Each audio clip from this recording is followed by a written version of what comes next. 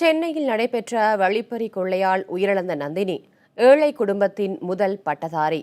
தூணாக இருந்த மூத்த மகளை இழந்து தவிக்கிறது நந்தினியின் குடும்பம். ஏன் காட்ட மாட்டீங்கப்பா? அப்பா என் பொண்ணு வேணும்பா. அப்பா இங்க வேணாம்ப்பா, இதெல்லாம் வேணாப்பா. இங்க நிறைய பிள்ளைங்க செத்து போகுதுப்பா. அப்பா அப்பா நான் கஷ்டப்பட்டு காப்பாத்தினமா என் பொண்ணு போச்சு. அதான் குடும்பத்தின் மூத்த மகள், முதல் பட்டதாரி, முக்கிய வருவாய் ஆதாரம், இப்படி பன்முகங்களோடு இயங்கிய நந்தினியை இழந்து தவிக்கிறது இந்த குடும்பம். நந்தினியின் தாய் செல்வி, தந்தை வடிவேல் ஆகியோர் கூலித் தொழில் செய்தே நந்தினியை MCA வரை படிக்க வைத்துள்ளனர். குடும்பத்தின் மூத்த மகளாக பிறந்ததால் அனைத்து பொறுப்புகளையும் எடுத்து தாய் தந்தைக்கு மட்டுமல்ல தம்பிக்கும் தாயாகவே இருந்து வந்திருக்கிறார் நந்தினி. ஓலை கொட்டகையாக இருந்த இல்லத்தை தனது வருவாய் மூலம் சிமெண்ட் கட்டடமாக மாற்றி அமைத்திருக்கிறார் நந்தினி. இந்த பொண்ணு இல்லங்க, எவ்வளவு பேருக்கு இந்த வாட்டி எவ்வளவு நடந்திருக்கு சொல்லுங்க. இப்ப இவ்வளவு பெரிய பொண்ணை பறி கொடுத்து நின்றுருக்கோம்.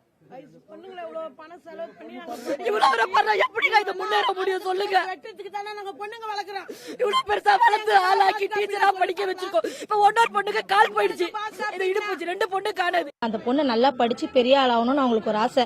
அந்த பொண்ணு கல்யாணமே வேணான்னு தான் இருந்தது. அவங்க வீட்டுல அந்த சேலரி வாங்கிட்டு வரணும்னு ஆசை ATMல போட்டாங்க. சேலரி வாங்கிட்டு வந்திருக்குது. அங்க ஃபாலோ பண்ணிருக்காங்க.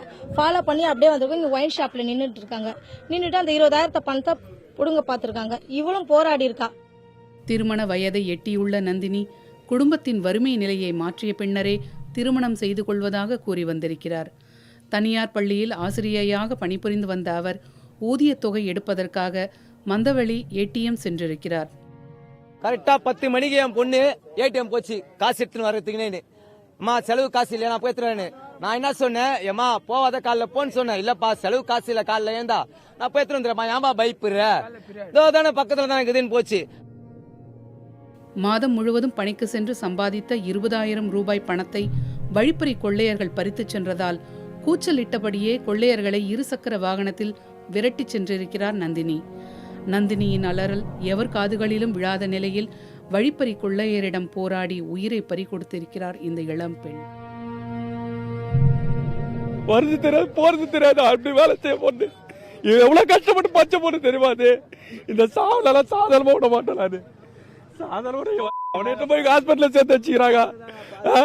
ஒரு உயிரின சாதாரண விஷயமா அது? என்ன சார் பாவம் செஞ்சது அந்த பொண்ணு?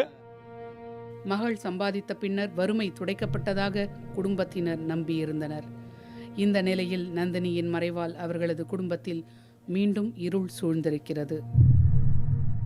ஏழை குடும்பத்தில் பிறந்து முதல் பட்டதாரி மாணவியாக வந்து முதுநிலை பட்டம் பெற்று ஆசிரியர் பணியில் ஈடுபட்டு பல்வேறு கனவுகளுடன் வாழ்ந்த நந்தினிக்கு இதுபோன்ற ஒரு நிலைமை ஏற்பட்டிருக்கிறது. இந்த நிலைக்கு காரணமானவர்களை சட்டப்படி தண்டிக்க வேண்டியது அரசுடைய கடமை. புதிய தலைமுறைக்காக ஒளிப்பதிவாளர் சிவராஜுடன் ரமேஷ்.